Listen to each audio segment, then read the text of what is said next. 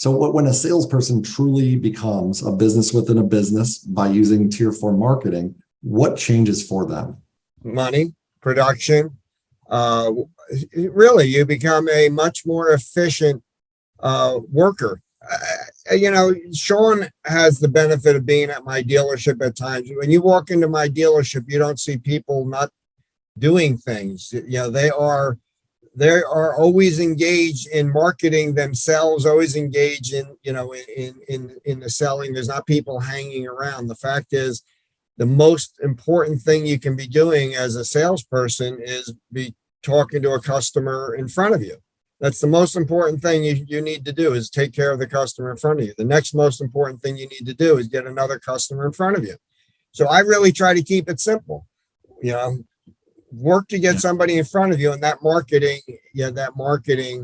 was the secret sauce that does it. It just makes you, first of all, it makes your day very productive, very positive. And sometimes my guys, many of them are so busy that they need the automation of tier 4 now. To be honest with you, I mean, it wasn't as well put together when we started this as the technology is now. Some of this can be on autopilot because it needs to be done, but I have many salesmen that consistently produce 30 to 40 units a month. My average salesman, this is even before this recent situation, but the average salesman for me doubled their business. Whether, what created what, the chicken or the egg, I don't know. If the marketing helped create that, the work ethic of the people helped create that, I really think it's a combination of all of that. Great point.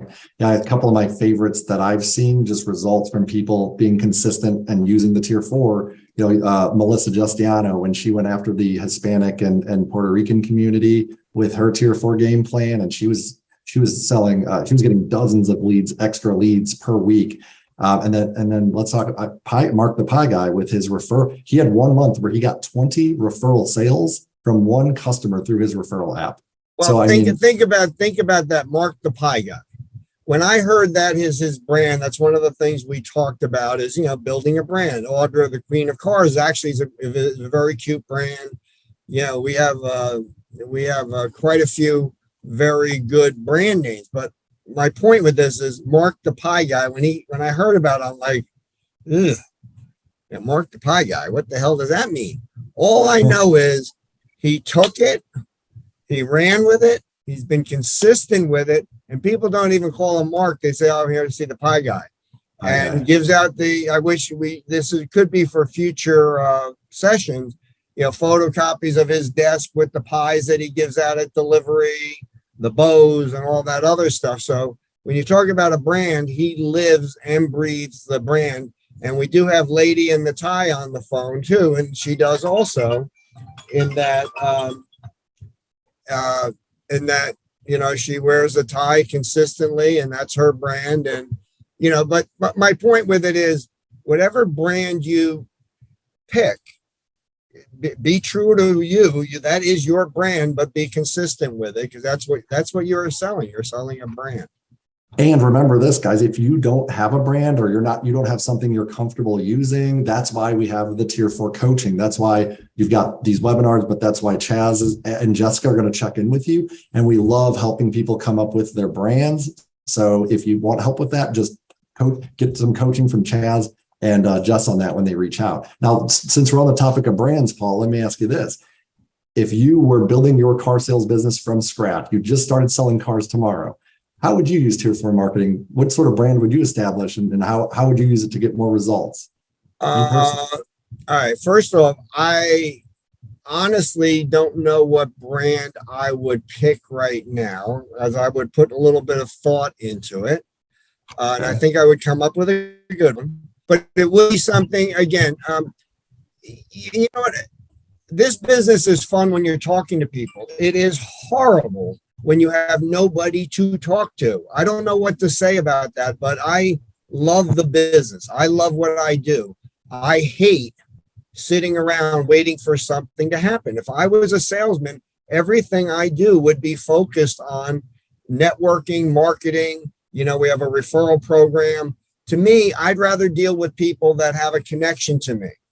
Again, take today's economy out of it. Take the grosses we're all making off of it.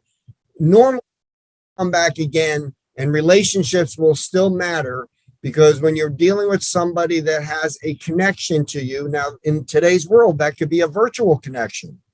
The virtual connection is a connection. It used to not be that way, but this social media is your virtual connection. But somebody that has a connection to you, the closing rate's higher, the margins you're going to earn are higher, because there is a trust level.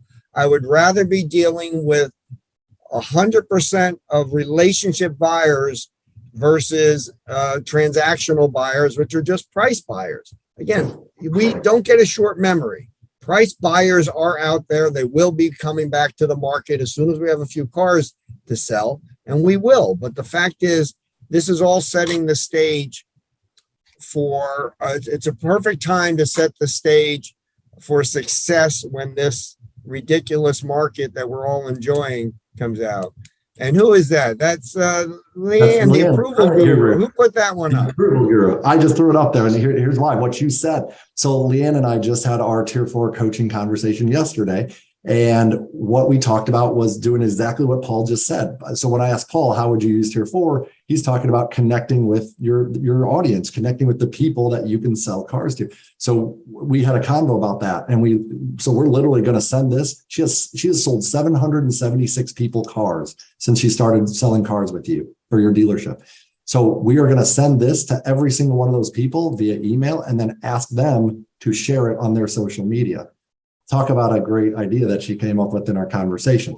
So I love what you just said there, Paul, and I think that can be very effective. So but you brought up something, ladies and gentlemen, this is your business.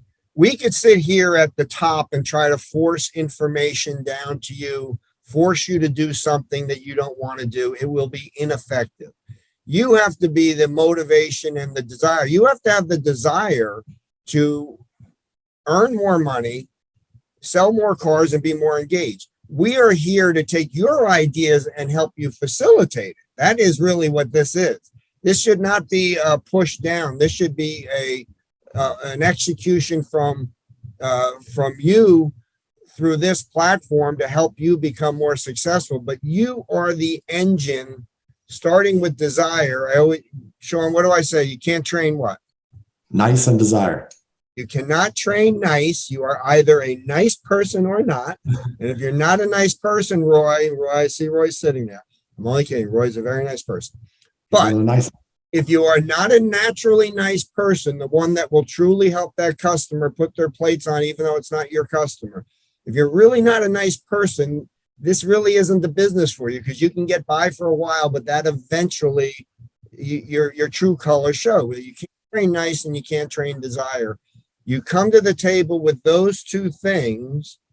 We are not cutting open brains. We are not, this isn't brain surgery. We are selling cars. We will help you be a success if you have those, if you possess those two skill sets. And that is really very simple.